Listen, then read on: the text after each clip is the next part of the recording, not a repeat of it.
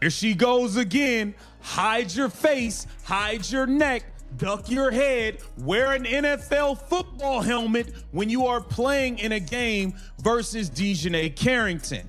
Fresh off of clotheslining, a Kane and Undertaker clothesline from hell that she delivered to Sophie Cunningham, this girl is right back on the court, hitting people upside the head once again. Hands up, swipe for the ball with our right hand while poking the player in the eye with the left hand. The eyeball. We're poking eyeballs out again. Is that what we're doing? We're eye gouging again? There's a point in sports when repeated incidents stop feeling like random misfortune and begin looking like a recurring problem, and DiJonai Carrington may have reached that point.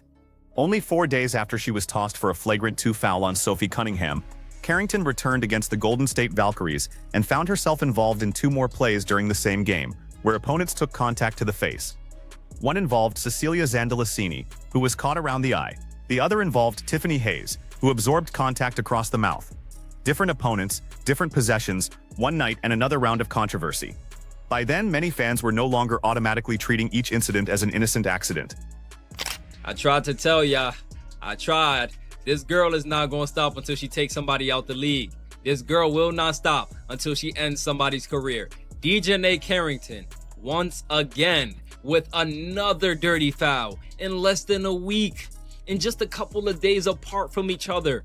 A couple of days apart from the Sophie Cunningham hard foul. You have Mrs. Eye Poke, Mrs. Flagrant Foul. I'm gonna grab your head, I'm gonna hit your head, upside your head, knock you out the air. Mrs. I'm gonna pull your hair. Mrs. I'm gonna whack you on the back of your head. Mrs. Long nailed, sharp knobbed fingertips, DiJonai Carrington. Strikes happened again.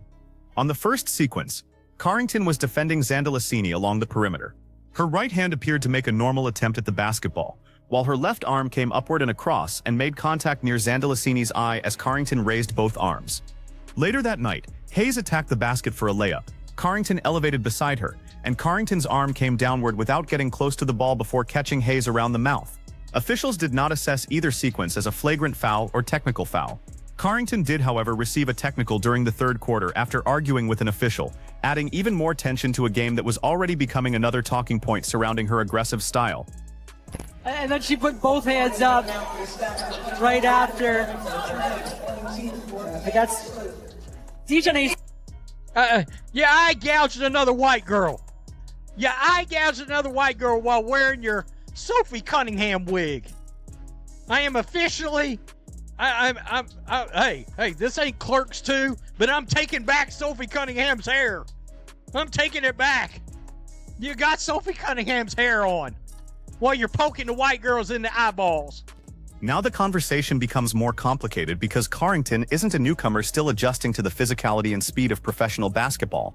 She's an experienced WNBA player who has spent years in the league, and one of the incidents that continues to follow her came during the 2024 playoffs when Caitlin Clark was poked in the eye. At that time, Clark publicly indicated that she did not believe the contact was intentional, while Carrington strongly rejected the idea that she would deliberately try to hit another player in the eye.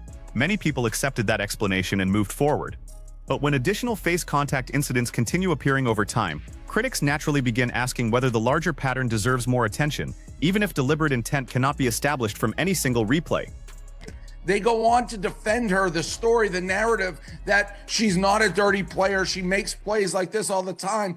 I put together a little clip of DiJonai Carrington, who is definitely one of the dirtiest players in the WNBA. I don't know if we can roll it, but she's taken her long fingernails. She's scratched Caitlin Clark's eyes out. She's had multiple instances of chasing people down from behind, trying the same swat and smashing them in the head and causing mini fights. She pulled another girl's hair. I don't know if we'll get to that clip in a second when she's falling. Totally dirty play. This is not a skin color thing. She has a history of making dirty plays, and it's fine. The NBA, you can be It's also important to recognize how much legitimate basketball ability Carrington possesses, because that is part of why this situation generates so much frustration among people who respect what she can do on the court.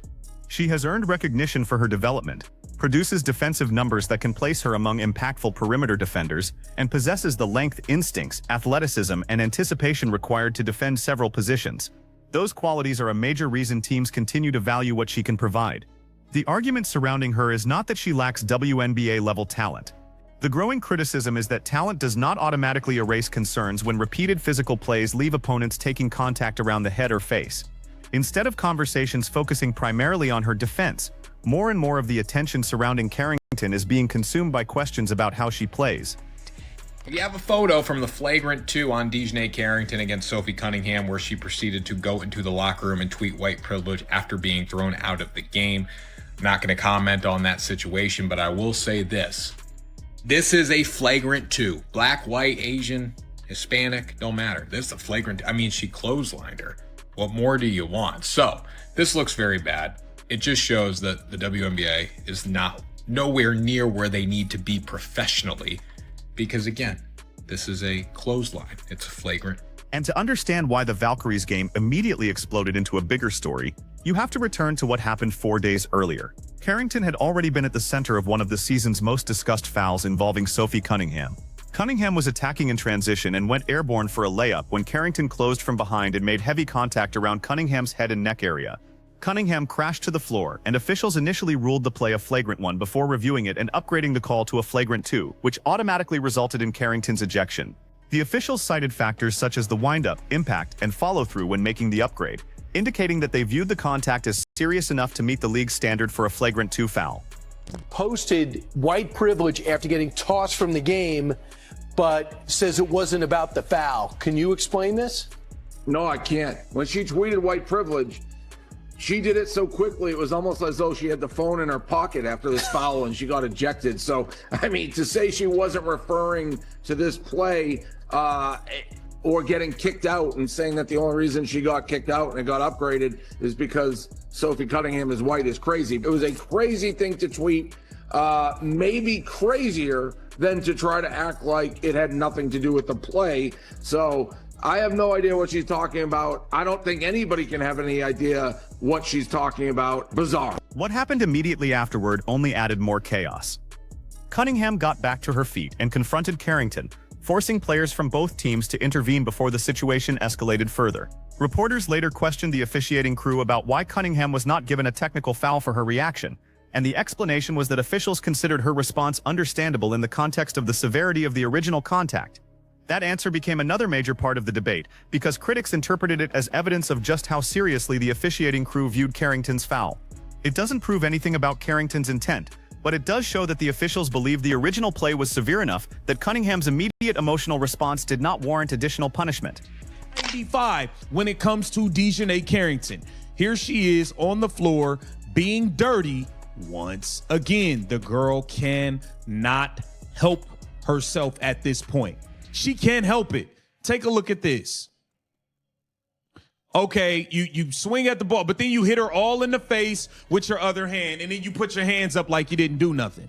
You hitting her all in the face. Look at this. Watch her left hand. The right hand right here went to the ball. Watch this left hand. Like, dude, what are you doing? What are you doing, man? What are you doing? When is enough with this chick? Come on. Come on. You hitting people in the face. It's over and over and over. How many times? Times like these are when people start connecting every recent incident together. Consider the timeline. Carrington came off the bench, produced 8 points in only a few minutes, then was removed from the game in the first quarter after the flagrant 2 foul. 4 days later, she was back on the court and involved in 2 more face contact sequences against different opponents. Critics say that no longer resembles one isolated bad decision and instead reflects an aggressive style repeatedly drifting into dangerous territory. That criticism became even louder after a social media post circulated claiming Carrington's career trajectory was becoming unstable and listing several teams that had moved on from her. Some details in that post were disputed or exaggerated, but the broader discussion centered on her movement between organizations and the uncertainty surrounding long-term commitments. Her career has included Connecticut, Dallas, Minnesota, and Chicago, with trades, roster changes, injury, and short-term arrangements all becoming part of a complicated professional path that fans are now examining through the lens of these latest incidents. So, DiJonai Carrington damn near decapitated Sophie Cunningham's head. And even though she bloodied Sophie Cunningham's mouth, and even though she got ejected and ran straight to Twitter after being assessed a flagrant 2, and putting white privilege in caps while tagging the Indiana Fever. We, the public, we, the fans of the WNBA, we, the fans of Sophie Cunningham, and we, the fans of good basketball, we're just stupid because we inferred that DiJonai Carrington tweeting white privilege, of course, had something to do with the flagrant 2 and the ejection. But DiJonai is coming out to set the record straight, baby. She said that we're stupid, we lack critical thinking skills, and in no way, shape, or form would she ever use the word of white privilege. When a player changes teams several times, there can be dozens of explanations. Sometimes a franchise is rebuilding. Sometimes the basketball fit isn't right. Sometimes salary structure plays a role, and sometimes teams simply make business decisions that have nothing to do with controversy. Still, critics are looking closely at Carrington's current situation because a short-term contract naturally provides less security than a multi-year commitment. That doesn't prove teams distrust her, but it does mean the pressure to make the opportunity work can be greater. The situation became even more complicated after Carrington's social media response following the Cunningham incident shifted much of the discussion toward race, privilege, and officiating instead of keeping the focus strictly on the foul itself. Then, only days later, 2 more disputed plays appeared. For a league that repeatedly emphasizes player safety, dangerous contact rules, and consistent officiating, Carrington's recent stretch has become another test of whether those standards are applied clearly, regardless of how much attention an incident receives online. Y'all look at y'all favorite player. Went over look, to one of watch the officials as you see Sarah Williams there. She trying to make it seem like a fan did something crazy to her, right? While I watch. At the moment. Look at what y'all looking at.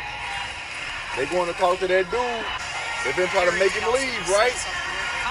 She's trying to get somebody kicked out. So he look, he's getting up. He end up leaving, right? He end up leaving. So they got to investigate. They got to investigate. Now look at the 4th quarter. Look at who you see back sitting out there.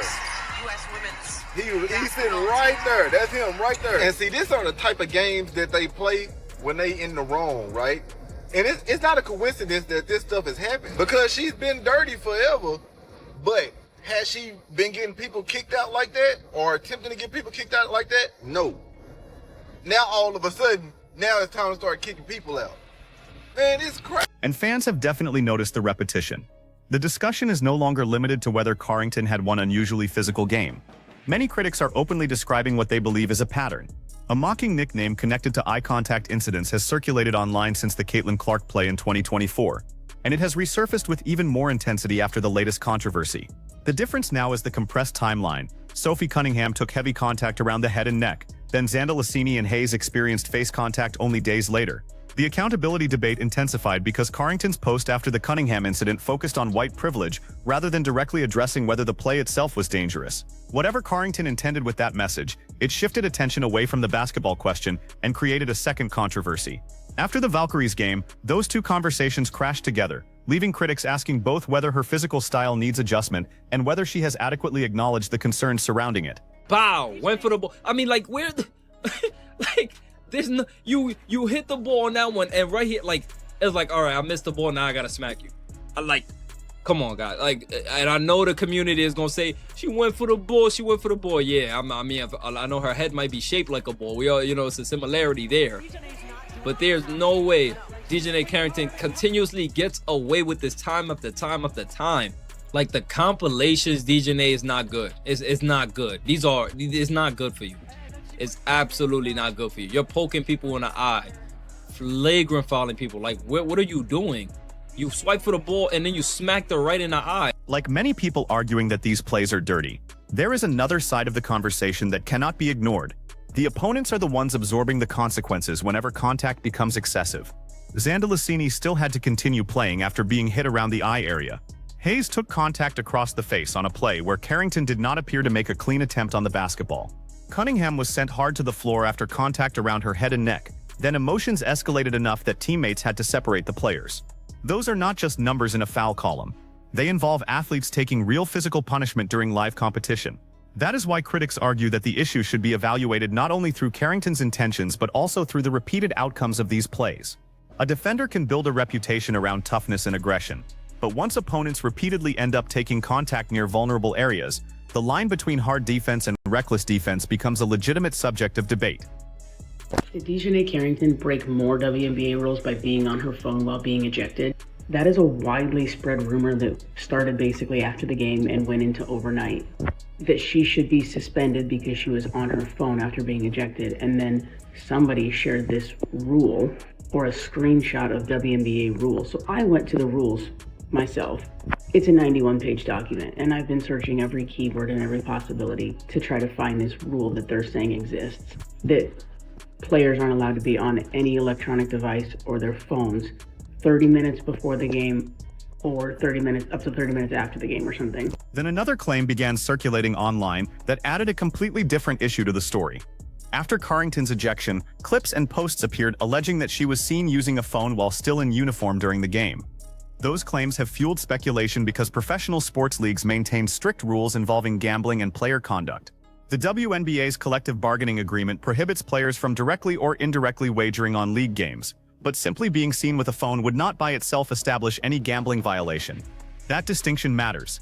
Unless verified evidence shows that league rules were actually broken, the allegation should remain exactly that, an unconfirmed claim circulating online. Still, the rumor gained traction because gambling-related integrity has become an especially sensitive topic across professional sports, meaning any suggestion involving phones, betting, or competitive integrity can quickly create questions that fans expect leagues to address clearly.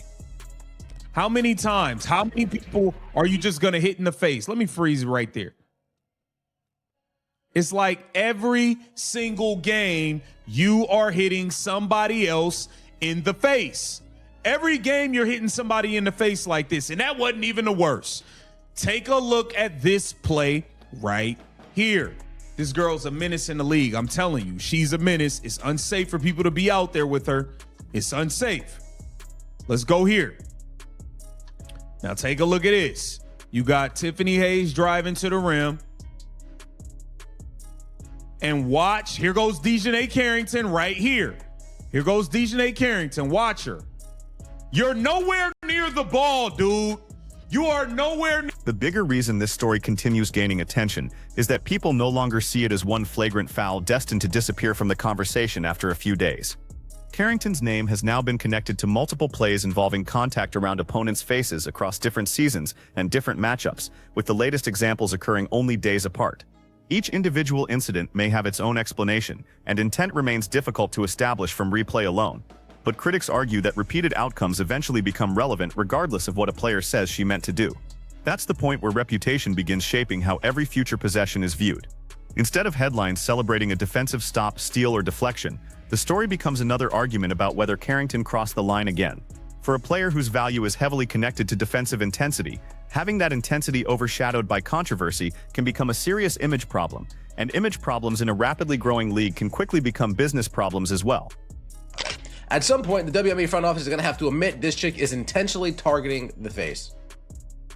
Here's Mick. I don't even know how you do this intentionally. The ball is behind her, and she went for the ball with her right hand while clawing her in the face with her left hand.